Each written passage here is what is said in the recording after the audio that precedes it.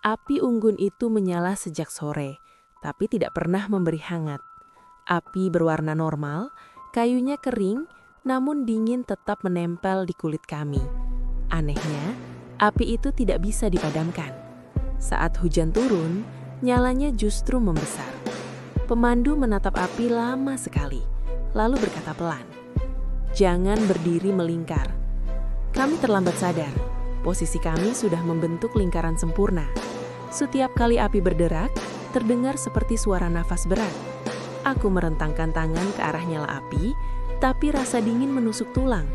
Api itu bukan untuk menghangatkan, ia menunggu. Dan aku merasakan sesuatu di dadaku mulai kosong, seperti dihisap perlahan oleh cahaya jingga di tengah lingkaran itu. Pemandu menjelaskan dengan suara hampir putus. Api itu disebut api penjaga. Hanya muncul jika ada yang membawa niat pulang tidak utuh. Bukan soal tubuh, tapi isi kepala. Saat malam semakin larut, api memantulkan bayangan kami. Tapi satu bayangan bergerak lebih lambat dari tubuhnya. Bayangan itu milikku.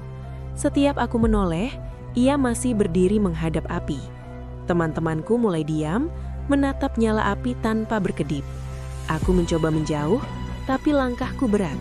Api itu seperti memanggil bagian dalam diriku yang lelah, kecewa, dan ingin berhenti.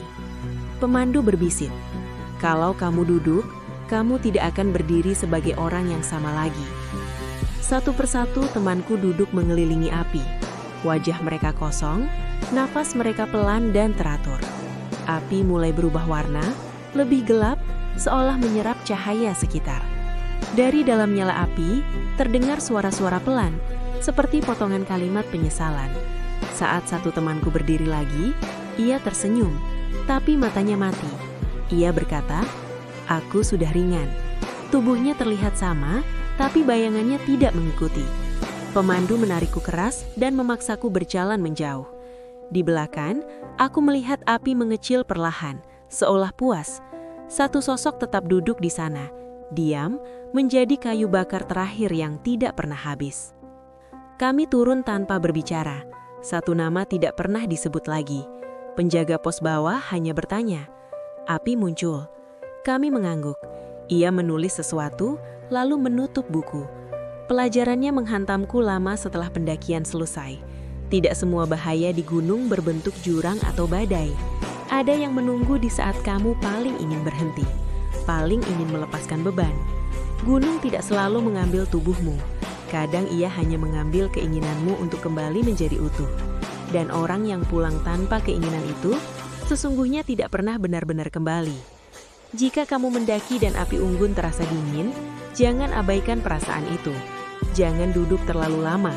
Bagikan cerita ini agar pendaki lain tahu, tidak semua api adalah teman. Tulis di komentar jika kamu pernah merasa kehilangan semangat secara tiba-tiba di alam terbuka. Subscribe tanpa jejak, karena ada gunung yang tidak membunuhmu secara langsung. Ia hanya menunggu sampai kamu lelah, lalu menawarkan kelegaan palsu. Dan saat kamu bangkit, kamu memang bisa berjalan turun, tapi sebagian dari dirimu akan tetap tinggal di sana. Duduk diam, menjaga api yang tidak pernah memberi hangat.